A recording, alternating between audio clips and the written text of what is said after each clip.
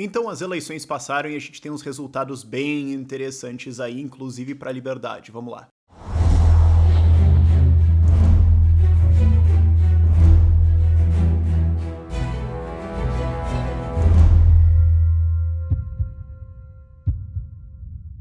E esse vídeo é uma análise dos resultados mais numéricos e tudo mais. As análises ideológicas e tudo mais vão vir em outros vídeos. Agora a gente tá olhando mais tipo o cenário que ficou agora e o que isso significa lá pra frente. E o que a gente tem é um cenário muito interessante em que quase todos os erros que eu cometi em previsões dessa eleição são de que eu achei que o que aconteceu nessa eleição aconteceria, mas não nessa eleição. Eu achei que demoraria mais. Então a gente teve assim, PSDB se ferrando bastante, uma extremização um pouco da esquerda na Câmara dos Deputados, um peso muito grande da internet e uma quase nulidade do peso de TV e de gastos de campanha. O Henrique Meirelles e o Alckmin gastaram tipo 3/4 de todos os gastos presidenciais e somados eles tiveram o quê? Acho que 5% dos votos, alguma coisa assim, 5,5, 6. Tipo, nada. Cabo Daciolo passou o trator em cima deles na prática. Então eu achei que isso aconteceria eventualmente, mas eu não achei que aconteceria na eleição de 2018. Então, na verdade, a gente está progredindo nesse sentido muito mais rápido. Mas vamos lá. E começando pela Câmara, né? Eu preciso ter todas as minhas anotações aqui. Começando pela Câmara. Na Câmara a gente teve um movimento muito interessante. Vamos começar pelo PSDB.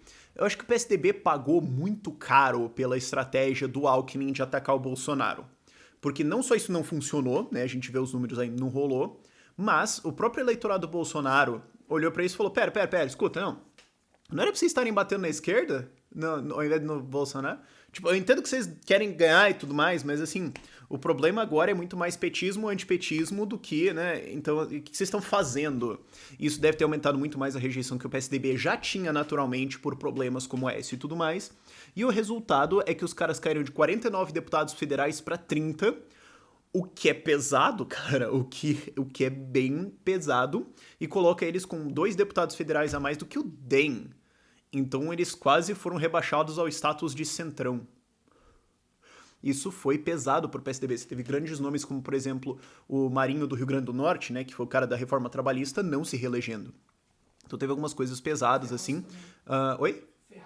Ferraz também, né? Espírito Santo foi pesado também. Marconi Perillo em Goiás. Bom, teve vários nomes. O Beto Richa sendo rapado daqui também. Eu tô entrando em Senado, eu sei, mas PSDB se ferrou legal, se ferrou valendo essa eleição.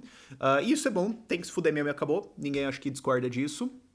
Aliás, falando uma estatística até um pouco mais importante antes, o índice de renovação foi 47,3%. Uau!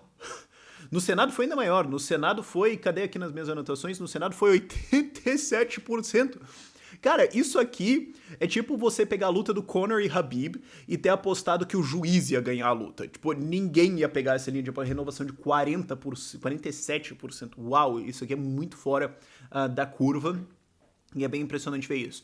Outra coisa, se você somar PT, PCdoB e PSOL, porque honestamente é a mesma coisa, o número de deputados continuou o mesmo, 77 a 77. Mas teve uma extremização. A galera saiu do PT e foi pro PSOL. O PT perdeu e o PSOL ganhou. Então o PSOL subiu a bancada de 6 para 11 deputados, o que indica que o voto continua sendo de esquerda, só que algumas pessoas de esquerda rejeitaram o PT e foram para o PSOL. Isso significa que a oposição a reformas continuaria mais ou menos o mesmo peso, mas com um discurso um pouquinho diferente aí. E o PSL foi a maior surpresa, especialmente para eles mesmos, né? Até onde eu entendi, a estimativa deles era conseguir 30 deputados federais, o partido do Bolsonaro conseguiu 52. Uau! É a segunda maior bancada do Congresso agora, o que facilitaria muito a governabilidade do Bolsonaro, porque esse que era algum problema que ele teria. Claro, depois que ele teve o apoio da bancada agro, da bancada BBB, né, Boi, Bala e Bíblia, depois que ele teve esses 3, especialmente da agro, que ainda estava meio em questão, né, isso facilitou muito a governabilidade dele, mas você ter uma base de 52 deputados para partir já é muito bom, porque daí você já tem mais articuladores lá dentro. O que me preocupa é com a qualidade interna desses caras, porque eu não sei qual que é a qualidade deles, honestamente. Eu vi muita gente votando os deputados Bolsonaro, porque, eu voto deputado Bolsonaro.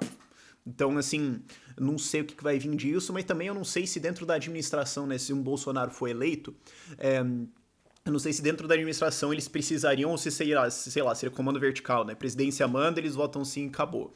Então, nesse sentido, pode acabar sendo irrelevante. Agora, o que é curioso é você pegar a proporção com o Novo, porque o Novo teve 8 deputados federais. Agora você fala, não, tudo bem, teve poucos deputados federais. Sim, o PSL teve 6 vezes e meia mais deputados federais que o Novo. Tá, então ganhou nesse sentido. Agora, quando você faz a proporção de votos presidenciais, o Bolsonaro teve 18 vezes mais votos do que o Amoedo. Então tem uma disparidade aí, não que eu esteja torcendo especificamente pro Novo, muita gente acha que, tipo, sei lá, eu sou filiado ao Novo, não sou, é só checar, enfim, mas é só pra gente ter essa comparação, né, desses dois fenômenos diferentes de mudança, pra colocar um nome muito amplo de maneira geral, ok?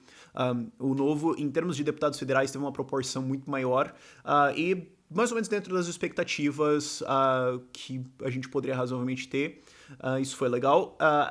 Voltando a Centrão, MDB e DEM. MDB perdeu 17 deputados federais e o DEM perdeu 15. Cara, de novo, pesado. Centrão tomando na cara, valendo. E isso é o resumo. Claro, tem vários outros candidatos a deputado que não conseguiram se eleger, tem os outros partidos e tudo mais, mas acho que esses são os principais players. E o que a gente vê, né, voltando um pouquinho, de novo, Centrão super prejudicado, PSDB rapado, o PT encolhendo um pouquinho. Na verdade, eu esperava que o PT crescesse. Eu esperava que o PT crescesse por causa da descida de nomes como, por exemplo, o Gleisi Hoffmann puxando voto, mas ainda assim o antipetismo pegou muito forte, pelo jeito. Então isso pende muito mais para um lado de reformas. Isso é bom de ver, e a gente tem uma renovação legal no Congresso que vai ser bom. O Congresso é muito importante, né, porque é orçamento, e é o que vai definir muito governabilidade, então o Centrão ser prejudicado prejudica também na eventualidade de um governo Haddad, né, porque daí a resistência PSL está muito maior do que o esperado. Eu não sei se eu devo ter jogado uma previsão por aí de 50 deputados federais do PSL, mas eu não lembro. Se eu acertei, não levem muito a sério, foi muito mais coincidência, dar um chutão do que qualquer coisa assim. Mas a resistência, né, anti-Haddad seria muito maior e o Centrão para ele negociar muito menor, e o fato de que a gente teve esse antipetismo saindo muito mais forte do que o esperado nas eleições também desincentiva o Centrão a negociar. Talvez coloque eles numa posição que assim, é melhor ser oposição. Acho que esse Centrão é amorfo, né, então vai fazer o que é mais conveniente. Então essa sinalização pode dizer para eles, é mais conveniente vocês serem antipetistas agora, vai ficar um pouquinho fora do governo, mas lá na frente vocês vão ser recompensados e tudo mais. Eu sei que é um pouco meio pedir demais que o Centrão tenha pensamento de longo prazo, mas não é longo, é médio, né? É uma questão assim de, por exemplo, municípios na eleição 2020 e 2022 pode desincentivar ou puramente subir o preço da negociação, né? Porque oferta e demanda. Se a oferta de deputados para negociação é menor, preço vai subir, e isso pode melar negociações aí. Então a gente tem uma situação de Congresso muito mais favorável do que eu imaginava, muito mais favorável, estou dizendo aqui nos aspectos desse canal, à liberdade, do que a gente imaginava, não tanto porque o PSL representa a liberdade, porque não representa, mas por resistência à esquerda e por menos centrão fisiológico cobrando coisas. Então isso é mais favorável pra gente. E 8 deputados federais do Novo, cara, fico feliz de ver, temos uma bancada à liberdade, e fora isso a gente tem outros nomes que também vão ser defensores da liberdade, como por exemplo o Paulo Martins aqui no Paraná, 7º mais votado do estado, né, que foi o cara que acabou com o imposto sindical, será então agora deputado federal, porque antes ele entrou como suplente, né, então agora não tem mais esse medo da suplência, não tá lá inteiro, vai poder defender a liberdade bastante, é um cara excelente, e a gente tem uma formação então muito boa ali para defender a liberdade. É uma formação pequena, sim, se você juntar todos e tudo mais, mas ainda assim, cara, você não precisa realmente de um peso muito grande de dar uma bancada maior que o PSOL, por exemplo. Você não precisa de uma bancada muito grande para ter uma influência, você precisa ter uma boa articulação, uma boa conversa.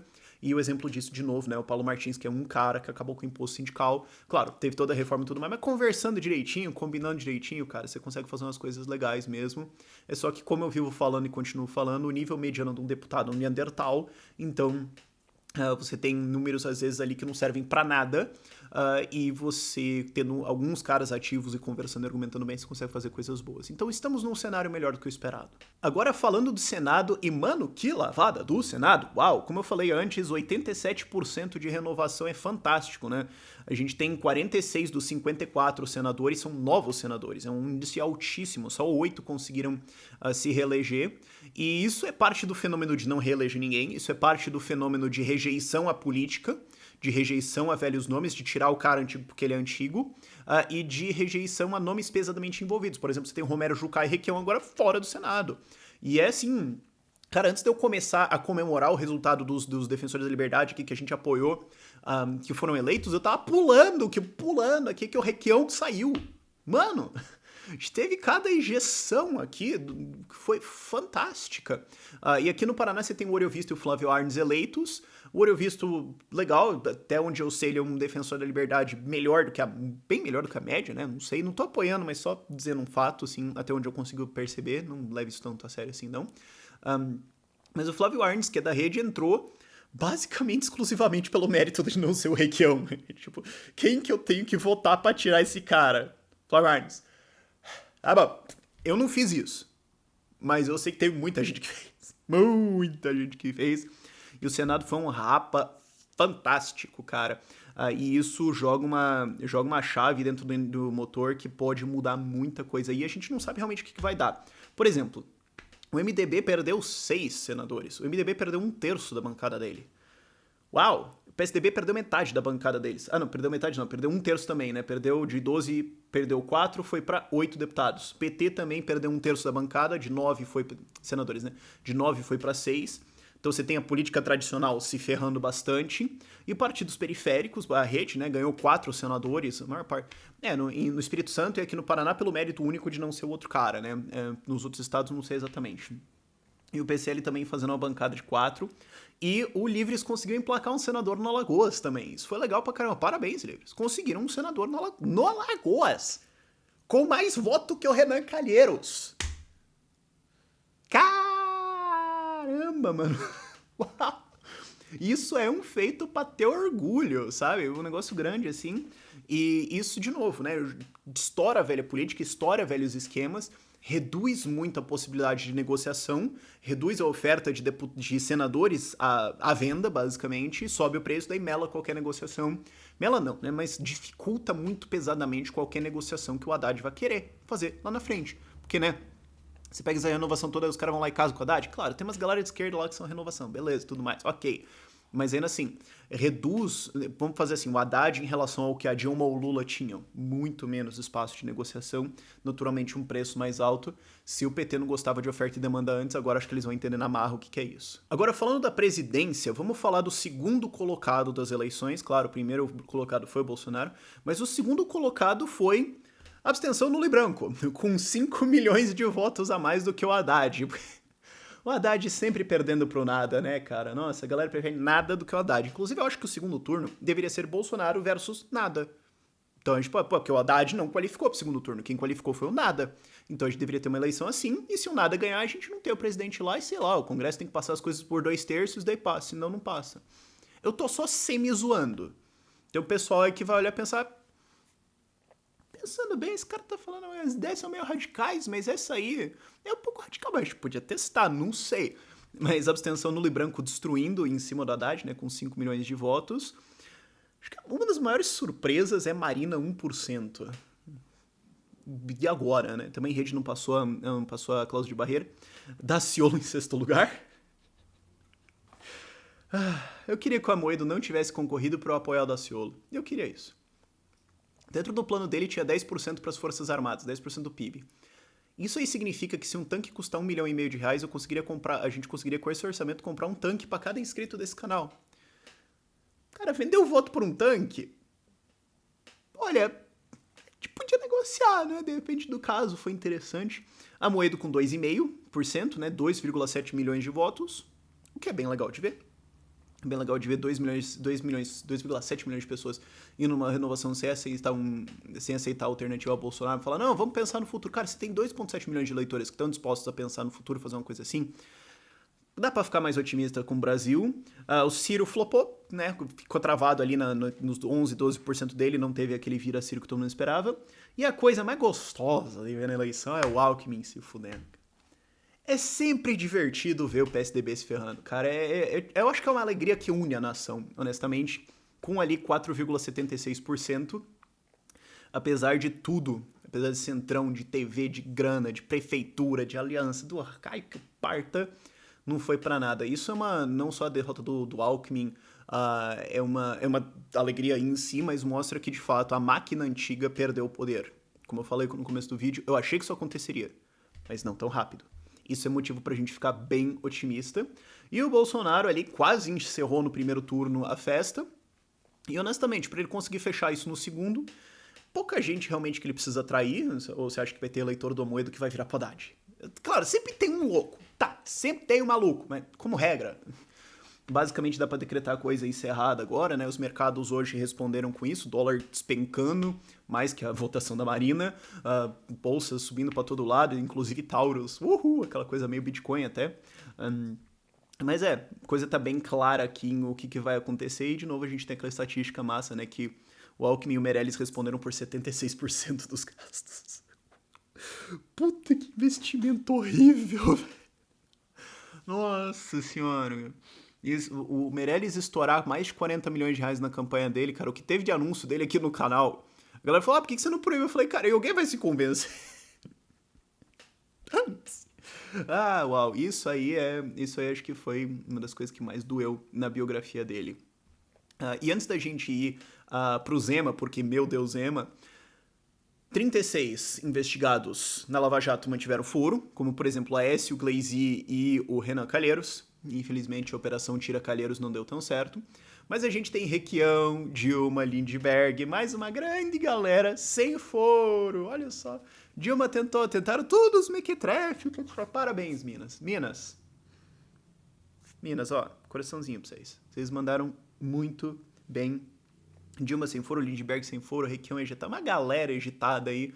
É legal de ver isso. E, cara, como alguém tweetou pra mim, Moro devia estar no domingo lustrando o martelinho, né? Falando, nossa, agora vamos encontrar trabalho aqui. Vai ser lindo de ver esses próximos meses e anos o que vai acontecer com essa galera. Ou imagina, sei lá, Dilma concorrendo à prefeitura de Belo Horizonte, desesperadamente caçando um foro. E ela queria ter ido pra deputada federal, cara. Acho que foi o único momento em que a Dilma teve uma inteligência política de querer ir pra deputada federal, mas não bateu o pé, jogaram ela pra senadora e pronto. Agora, em termos de governos de estado, vamos falar do único que basicamente importa aqui nesse vídeo, que é, meu Deus, Minas Gerais, vocês mandaram muito bem. Romeu Zema quase... Bom, quase não, cara, deu até um medinho de encerrar no primeiro turno, 40 e porrada % no primeiro turno, estourando todas as pesquisas pra fora e jogando o Pimentel pra fora já no primeiro turno. Uau. A minha preocupação aqui, na verdade, é rolar uma coisa vingança e o Pimentel ir chegar lá e quebrar o estado de... Quer dizer, não que precise de muito mais esforço, mas quebrar o negócio de vez, não estourar tudo e falar, tá bom, vai te catar. Eu tenho essa preocupação honesta que pode acontecer em Minas Gerais, porque a gente já tem um histórico de governadores petistas fazendo isso, né, Rio Grande do Sul. Mas vamos ver o que acontece aí. Agora, a eleição do Zema é um negócio fantástico, cara. Saindo do negócio mais nada, no carro dele, viajando o estado pra bater papo com a galera, falar bem calminho, vai consolidando, vai pras pesquisas, E tem uma galera que fala, mas é porque ele apoiou o Bolsonaro. A gente nunca vai realmente saber. Porque assim, já era um candidato muito bom, o Zema é muito bom. E o fato dele puramente ir pros debates já ajuda um monte. Mas ele apoia o Bolsonaro no meio. A gente nunca vai conseguir isolar. Ajudou? Deve ter ajudado. Agora, você falar assim, não, foi só por isso. Também não, né, campeão? Aí não dá. E também você tem a oposição dele, também ajuda pra caramba, né? Eu passei a eleição inteira falando assim, cara, é a candidatura mais simples do mundo. Você fala, aqui a gente tem um bandido que quebrou o Estado, e aqui a gente tem outro bandido que quebrou o Estado. A diferença é que esse é amigo do Lula e esse é amigo do Aécio. Romeu Zema 30, vota em mim. O que mais que você precisa argumentar, entendeu? O que mais que você precisaria pra convencer um mineiro? Eu não sei. E ainda assim, em cima disso, ele tinha coisas excelentes. Ainda tem, claro, como se ele tivesse perdeu, né, no primeiro turno, sei lá. Mas, cara, uma possibilidade muito distinta de se eleger governador aí.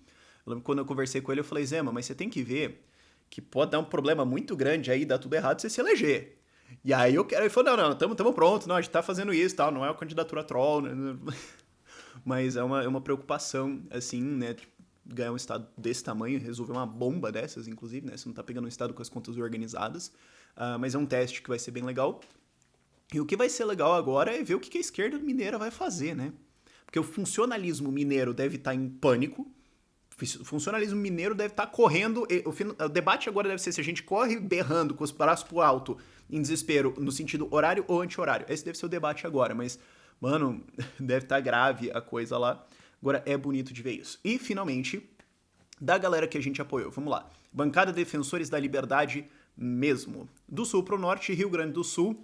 Pepe e Osterman entraram para deputado estadual no Rio Grande do Sul. Parabéns pros dois. Osterman com quase 50 mil votos. E o Pepe entrou por... Lembra? Vocês lembram? Eu avisei. Eu falei pra vocês. Eu falei que às vezes muito pouca gente faz a diferença. E eu falei que às vezes as coisas são decididas por poucos votos. O Pepe entrou por 314 votos. Basicamente todo mundo fez a diferença. Eu conversei com ele, ele falou, você foi importante na campanha. Eu falei, cara, você entrou por 314 votos. Literalmente todo mundo foi importante nessa campanha. Porque quando o cara estoura, quando o cara passa o trator, assim, por 150 mil votos, você fala até, porra, podia ter tirado uma semana de descanso até, né? Não precisa ter gasto tanto. Quando o cara entra por tão pouco, cara, é tão bom. É tão bom de ver. E os dois conseguiram 2 deputados estaduais na Assembleia do Rio Grande do Sul. Tenho dó do governador que vai ter que governar com esses dois na bancada, porque esse cara se ferrou, velho.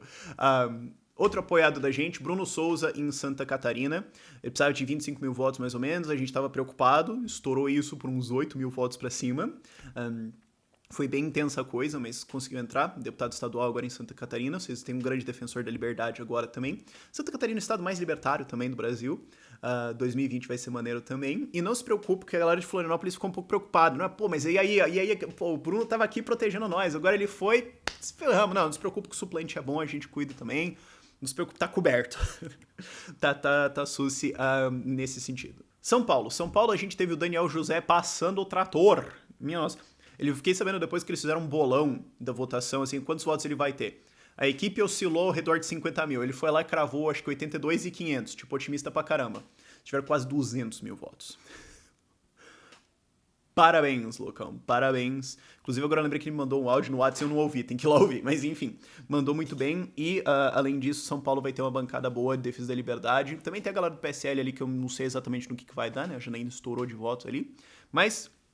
São Paulo vai ter uma bancada boa. Minas Gerais. Muita gente vai me perguntar, Rafael, por que você não vai pra Minas, cara? Você tá no Paraná aí, cara. Escuta, né? Vamos... Uma locação mais eficiente aqui. Pode dar um debate mesmo. Eu tô só brincando, mas, assim, Minas Gerais, parabéns. Mitrô conseguiu entrar, mais votado. E o Bartô também entrou em segundo lugar lá, os dois que a gente apoiou aqui. E ainda assim não, né? Além disso, tem mais gente do Novo que conseguiu entrar por lá. Tem uma bancada boa da Defesa da Liberdade.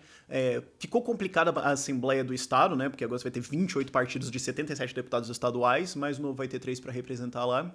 E roda ao redor daquele número mágico de 5%, que é o suficiente para você ter uma influência bem legal ali dentro. Então dá para fazer umas coisas boas e ainda uma bancada boa de deputados federais também conseguimos isso. Então, dos mais ou menos 30 que a gente estava apoiando, 6 conseguiram entrar, o que é um número muito bom, eu diria. Eu tô contente com isso, porque é a primeira vez que a gente tá fazendo isso, primeira vez que a gente tá fazendo esses apoios. É um teste legal, então, né, você não pode esperar muita coisa. Eu sempre digo assim, na primeira vez que você tá esperando alguma coisa, a única coisa que você tem que esperar é terminar essa coisa. Você não deveria esperar sucesso, estourar tudo, uau, você deveria esperar chegar no fim, sabe? Eu sempre tenho essa coisa de fazer as pazes com o pior resultado possível, e o resto daí pra cima é ganho. Então, acho que a gente teve um bom desempenho. Agora, fora isso, a galera que a gente apoiou que não se elegeu, ainda assim teve um desempenho muito acima, teve um desempenho muito bom. E eu não tô dizendo isso assim só tipo, olha, meu canal dá votos. Não é isso, né? Mas sim de que a gente apoiou pessoas boas, pessoas com capacidade, pessoas que foram lá e representaram muito bem, pessoas que tiveram um desempenho legal. E ainda assim, e fora isso, tiveram um desempenho muito acima do que seria esperado, especialmente no Nordeste, né? Por exemplo, a gente tem a Chamas pegando mais de 30 mil votos lá na Bahia, que é um estado naturalmente difícil. No Nordeste a gente teve vários desempenhos bons. E vamos continuar trabalhando, cara. O Nordeste é um lugar que ainda precisa ser trabalhado, ainda tem pouca organização do movimento libertário, que é o que a gente deveria fazer agora, inclusive, né? Basicamente, eleições acabaram agora, a gente tem que se preocupar muito mais com a organização, tem muito mais organização para ser feita, né? Por isso que você vê a diferença entre Rio Grande do Sul, Santa Catarina e Minas Gerais, também, que são os estados mais organizados, assim, nesses aspectos. Por isso que eles entregam resultados tão bons. Mas a gente tem muito trabalho para fazer, a gente teve um desempenho muito bom. Eu tô orgulhoso deles, tô orgulhoso do trabalho que eles fizeram. Muita gente desiste antes. Mas a gente mandou bem, cara. Foi bom. Então, para dar o resumão, depois de quase meia hora de vídeo, estamos melhor em termos de liberdade do que a gente estava 2 semanas atrás. Bom, eles não tomaram posse ainda, mas você entendeu. Estamos muito melhores aí, estamos melhor do que muita gente esperava que a gente estivesse, inclusive. Eu te pergunto se você em 2015 acreditava nisso, né? Eu acho que não, mas a gente tá muito bem agora. 2020 vamos estar melhor ainda, 2022 também. O movimento tá numa crescente boa, a gente entregou resultados legais aí. E fora isso, centrão e esquerda foram bem prejudicados aí. E justamente, como eu falei lá no começo, né, o fato de que o establishment perdeu o controle um pouco, né, perdeu o controle não, mas perdeu um pouco não, mas perdeu bastante de TV, de dinheiro, de sigla antiga disso ter importado tão pouco, significa que não só a gente teve uma grande renovação e um grande ataque à estrutura atual e aos velhos partidos, velhos e grandes partidos, mas que esse ataque vai continuar acontecendo, porque assim, é difícil de imaginar essa galera que votou pra tirar outros caras, que fez tudo isso, pensando assim, não, pensando bem, eu acho que o PMDB tava legal, né? Quer dizer, assim, claro, loucuras podem acontecer, Brasil é meio roça, ok. Mas é difícil de ver esse movimento pensando assim, não, agora tá bom. Uhum. Não, agora deu, chega. Esse movimento só tem tudo para se intensificar, a internet só tem tudo para se intensificar. Essas organizações, eu não vou dizer nem partidárias, porque elas são partidárias também, mas são outras, né? Vamos dar o nome, sociedade civil organizada para se mobilizar e fazer coisas, tá se organizando cada vez mais, então o impulso é cada vez melhor. Eu achei que a gente estaria num ponto agora, a gente está num ponto muito mais na frente, isso é bom, e então a gente pode estar otimista sobre o Brasil, que é a situação que eu tô agora. A gente tem ainda tempos de crise pela frente? Tem. Ainda tem um problema fiscal muito grande, um problema orçamentário muito grande que o Brasil vai ter que enfrentar no ano que vem. Sim, ok. Ainda tem uma grande possibilidade, uma eventual certeza estatística, na verdade, nos próximos 10 anos de ter uma crise, mas aí a gente já tá com grandes sinais agora de uma puta desaceleração já rolando e no próximo ano ou dois complicando bastante. Mas assim, cara, merda acontece, velho. Isso sempre vai acontecer. Crise sempre vai acontecer. A questão é o quão posicionado você tá e como tá a narrativa para você entender essa crise e agir em cima dela. Esse que é o importante no fim das contas, porque sempre vai chover, cara, entendeu? A questão é se você tem um guarda-chuva ou não, é isso. E a gente tá mais posicionado, mais bem posicionado hoje, não só em Congresso, Senado e Executivo, mas ideologicamente, através do que a gente vê nos resultados agora e do entendimento dos resultados, para lidar com problemas lá na frente do que eu esperaria. Então, se eu tava otimista antes, agora eu tô mais.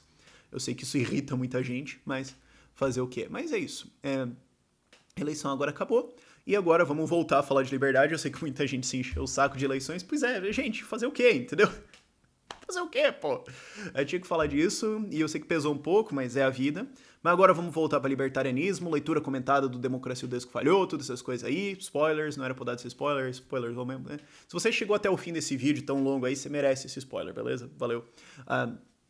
Mas vamos voltar a falar bem mais de libertarianismo e vamos voltar a se engajar com construir o movimento libertário, seja na política ou fora da política, porque é isso que vai salvar a gente. Salvar é uma coisa meio milenialista, né? Mas é isso que vai melhorar a sociedade no fim das contas.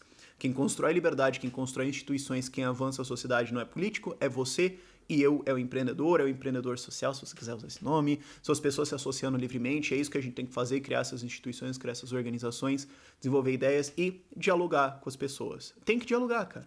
Porque essa que é a coisa, a gente vai ter que conversar com todo mundo, a gente vai ter que convencer as pessoas, a gente vai ter que debater, a gente vai ter que refutar. E não adianta ser grosso, não adianta ser estúpido, não adianta falar que o outro lado nunca vai entender, etc. A gente vai ter que debater, a gente vai ter que explicar as ideias para eles. E a gente tá fazendo um excelente trabalho, os resultados até agora mostram isso, e a gente tem tudo para fazer isso melhor lá na frente. Vamos trabalhar nisso, mas por esse vídeo é isso. Tchau, tchau. Obrigado, gente. Mandamos bem.